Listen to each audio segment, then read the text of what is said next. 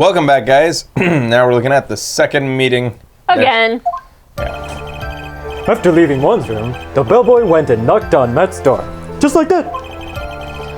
He gave something to the person inside the room. Then the old guy just left without even going into the room. After that, I went to the bathroom and then back to my seat. All right. Did Edgeworth plan this testimony just for the delay? Like he knew ahead of time? So the bellboy, after leaving the crime scene, next went to the defendant's room. Yeah, I kinda saw all that by accident.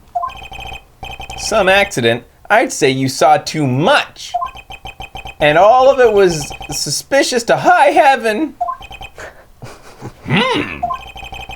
I think it's safe to say that we can no longer consider this bellboy to be normal.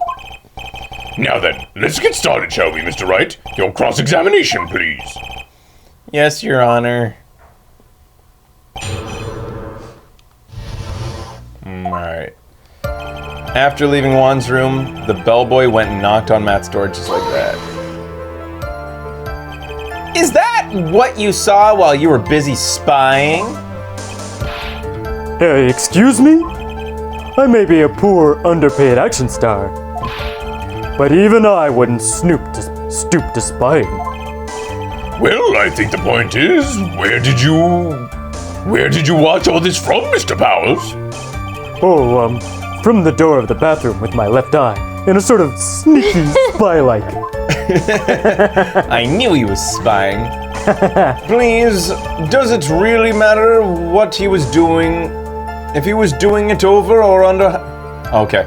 Please, does it really matter if he was doing it over or underhandedly? What did the bellboy do next? That's all I care to know. He gave something to the person inside the room. I said, hold it. Okay.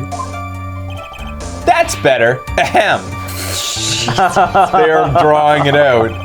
What kind of statement is that? Please elaborate and give us a few more details. Okay. I should probably ask him only one question at this time. Ask about the person inside, ask about this something.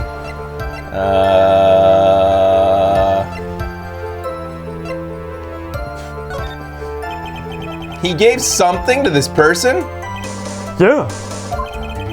And what was this something? If I remembered what it was, I wouldn't be calling it a something, would I? Hey, watch your mouth, Powers.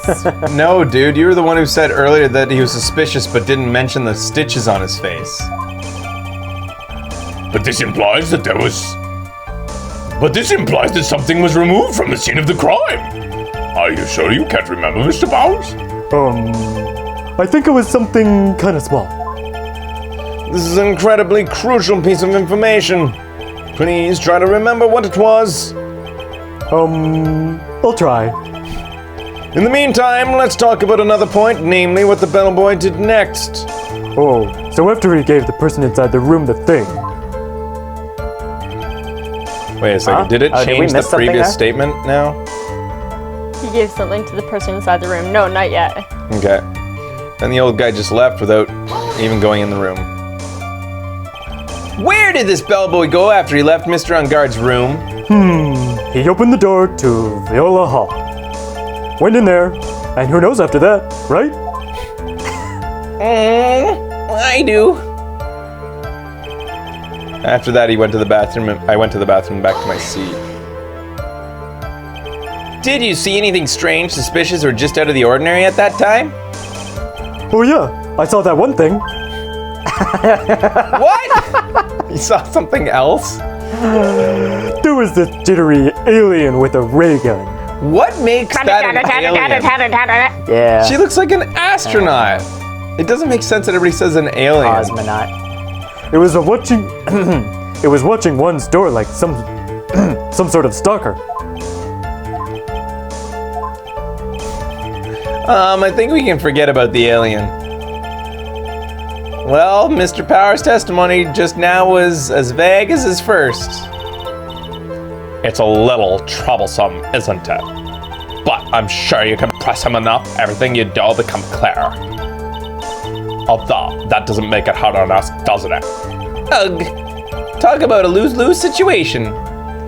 So we can press him again on that something and talk about who. Yeah. I said hold it. Okay. Alright. What kind of statement is that? Give us more details. So, who was the person inside? So, who took this something from the bellboy? Who took this something the bellboy handed off? Actually, I don't know. What do you mean? I'm sorry, but I only saw the person's arm. Only an arm? Then you're saying you didn't see the person's face? Yeah. I would like to summarize this testimony up to this point, if you don't mind. Good luck. When the bellboy left the crime scene, he immediately went to the defendant's room. There, he handed a small item of some sort to the person inside. As for the person who received the item, you can only see the person's arm. Yeah. It was just like that. Mr. Edgeworth, is all this really that important? Of course, Your Honor, I think it's the utmost importance. This is when whatever was removed from the crime scene was handed over to the client. Mr. Powers, please try to remember what the bellboy handed off. Was it the recording? But I didn't think that he knew that the recording was there. It wouldn't. Okay. And that was wirelessly transmitted to the mansion anyways. Oh. Well, let's see. I think it was no. If you remember, please add it to your testimony. Yes, sir. If I saw it again, oh, that's you. Oh, if I saw it again, I could say for sure, but I think it was some sort of wooden statue.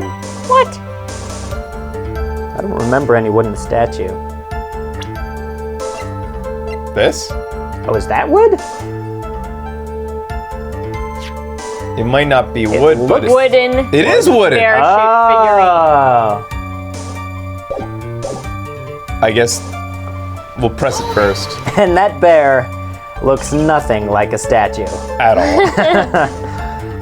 Nah. A statue? Yeah, it kind of looked like one, I guess. If I saw the actual thing again, I'd probably remember, you know? Looks like for this trial to proceed, I'm going to have to come up with whatever this statue thing is and show it to him. You're going to have to trust your instincts on this one and take a chance, Phoenix. Well, Mr. Powers, let's continue with our testimony. What did the bellboy do after that? Alright, so I'm gonna go back. Presenting a little bear.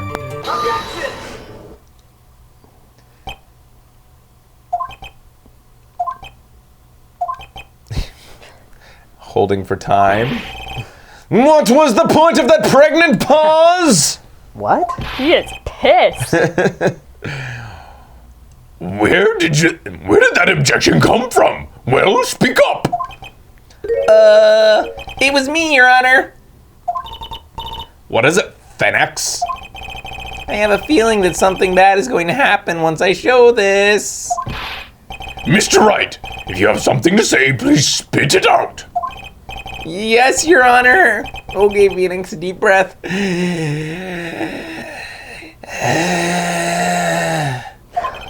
Mr. Powers, the something you saw wasn't this item. Oh, hey, that's it! That's the something! Whoa, Mr. Wright, you really figured it out! I recall we found this at Men on God's mansion. The defendant's house? What does this mean? It's simple, Your Honor. Charlie the Killer assassinated Juan Corrida in his room. And then he stole this wooden bear and came to the scene of the crime, from the scene of the crime. Then the bear being found in Mr. Ungod's mansion would mean? It goes without saying, Your Honor. Mr. Matangard is Tequila's client. Rubber. Order! Order! I said order! Mr. Wright, this is most unfortunate turn of events for you. Yeah. Sorry, Mia. No, it's alright. Your judgment was sound. Actually, I figured the bear would come up.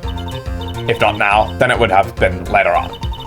Even if you hadn't shown it in court, I'm sure your friend Edgeworth would have. Nah, but I almost forgot he knew about it too. I think it's clear that there is no need for us to continue this trial. I can't let that happen. I have to do something. There has to be something we've overlooked. Your Honor, a minute, please. Yes, Mr. Wright. Mr. Wright? There's a few points left that we have not fully explored. What are you trying to pull? Oh, well, we can't have that. Except for in any other trial where I really need that. All right, Mr. Wright. What questionable point would you like to explore further? The bear itself, why does it have cuts all over it? Is there like a suicide note inside or something? Before I decide, is there any one of these that will result in funny dialogue? Because none of them seem apparent, but I don't want to miss out on a golden moment. We've had a few in this trial with wrong answers, and especially accusing the judge of being the murderer in that one case. Meow meow. Anybody with the walkthrough knows?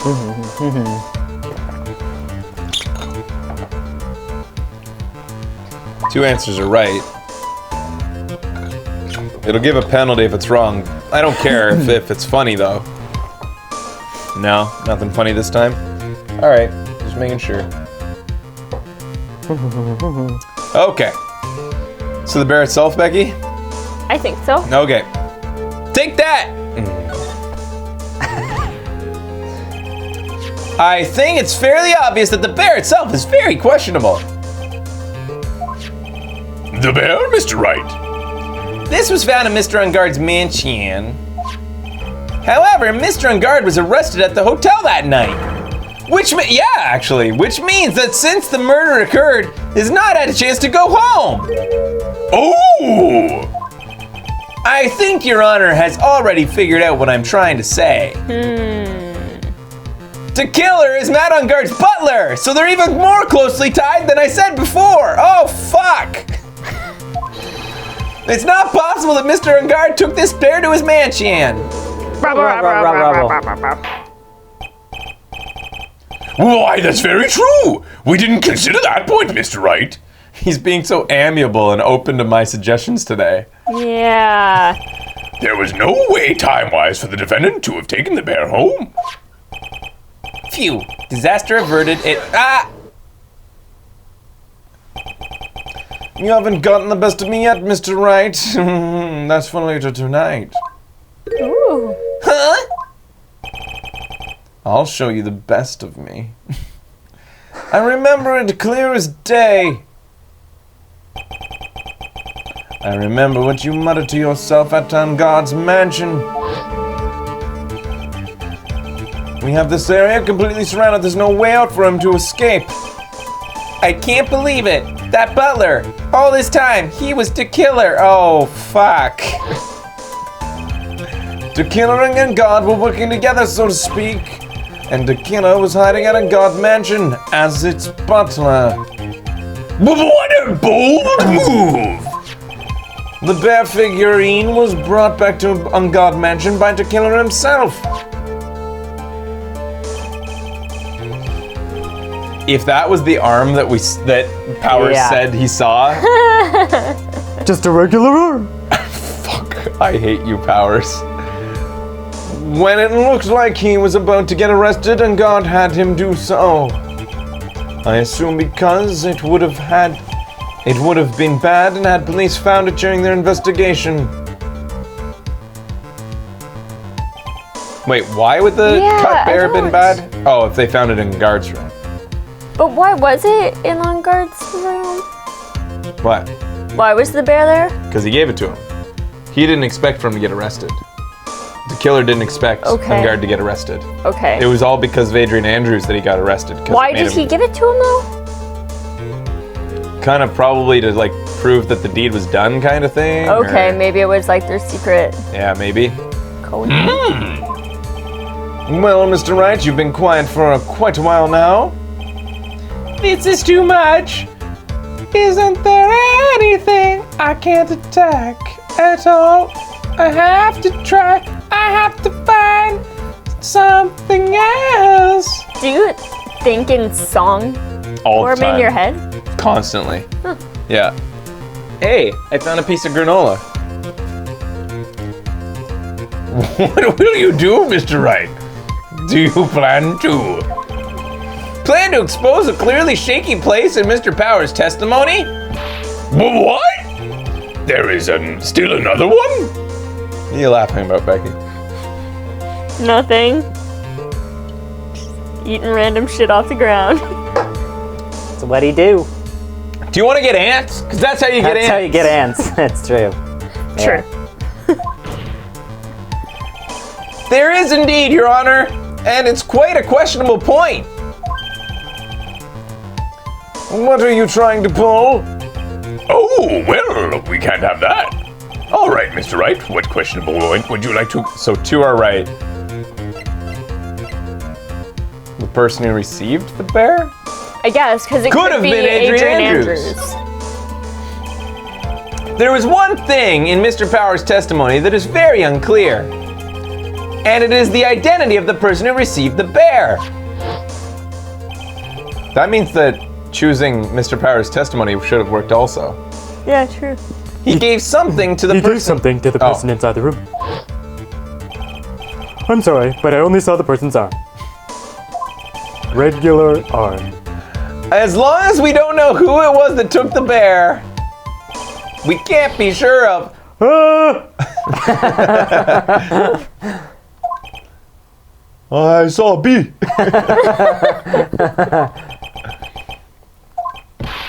What is it, Mr. Powers? If you're going to scream like that, then at least give us a good reason why. Oh, yeah, sorry. Bees. Actually, so I remembered. I remembered who took the bear. What? Really? I mean, I only saw his arm. but the arm. It was the Nickel Samurai's arm. I swear it. You've got to be kidding! Are you sure of that, Mr. Powers? Yeah, I'm sure it was the Nickel Samurai. Order, order! It looks like you've dug your own grave yet again. How many times is that today? I've lost count. So the person who took this little bear was the Nickel Samurai. And as we all know, Matt Ungot is the Nickel Samurai. And there's never been a point in this trial in which we have proven that the Nickel Samurai could not also be someone dressed as the Nickel Samurai and not the defendant. Thanks to the defense, we've made it all clearer. I think we've heard enough. All right, so the trial ends. Guilty verdict for our client. Maya dies after the break. Stay tuned.